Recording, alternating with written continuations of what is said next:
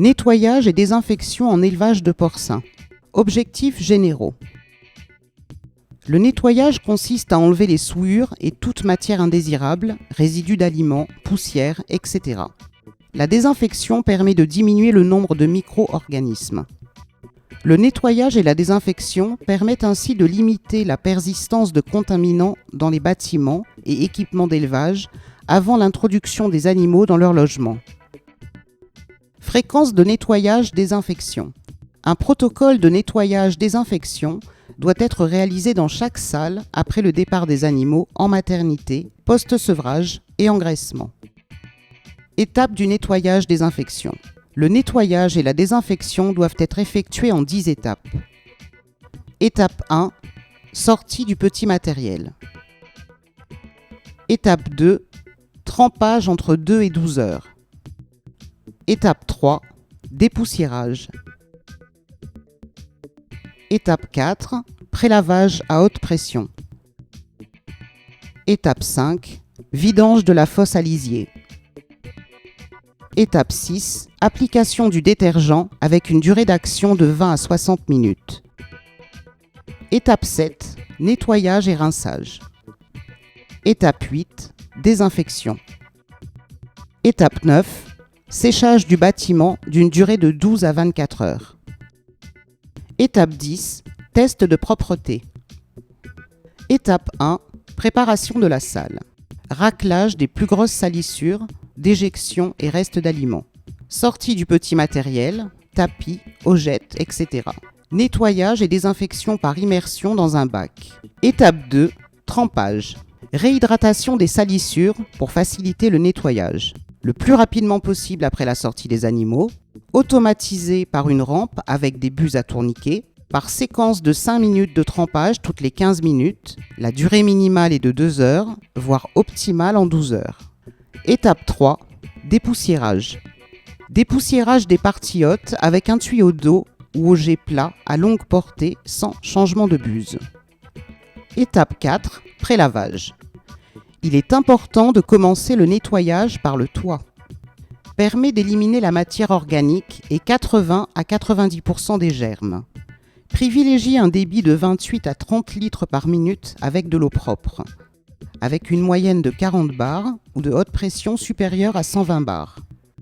Il faut un matériel adapté, la taille et le type de lance, le type de gâchette, la longueur du tuyau, la pompe à poste fixe, le raccord à branchement rapide. Étape 5. Vidange et lavage des préfosses. Vidange systématique des préfosses lorsque cela est possible.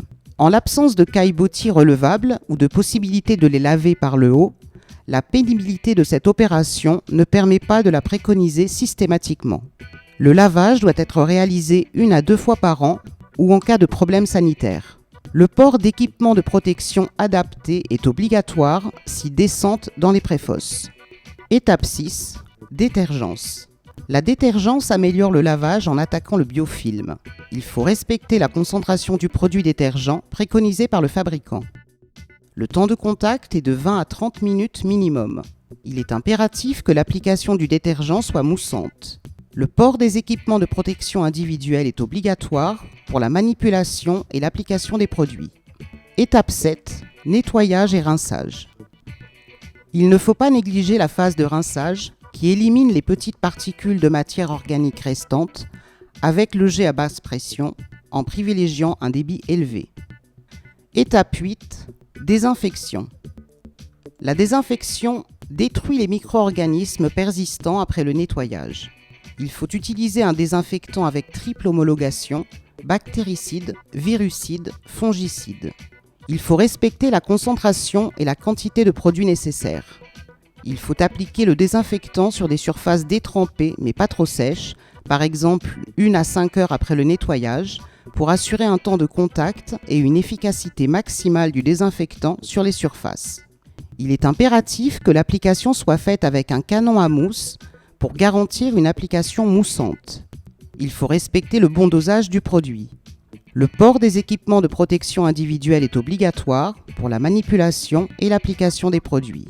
Une deuxième désinfection peut être préconisée dans les élevages à haut statut sanitaire, à problèmes sanitaires récurrents ou avec un vide sanitaire long. Étape 9, vide sanitaire et séchage. Faire un séchage rapide dès la fin de la désinfection, soit avec un canon permettant un séchage rapide en 12 ou 24 heures, soit par un vide sanitaire de plusieurs jours, mais le séchage est moins rapide que par chauffage et dépend des conditions météorologiques. Durant la période de séchage, la salle doit rester vide de tout animal et les mouvements de personnel doivent être réduits au strict minimum.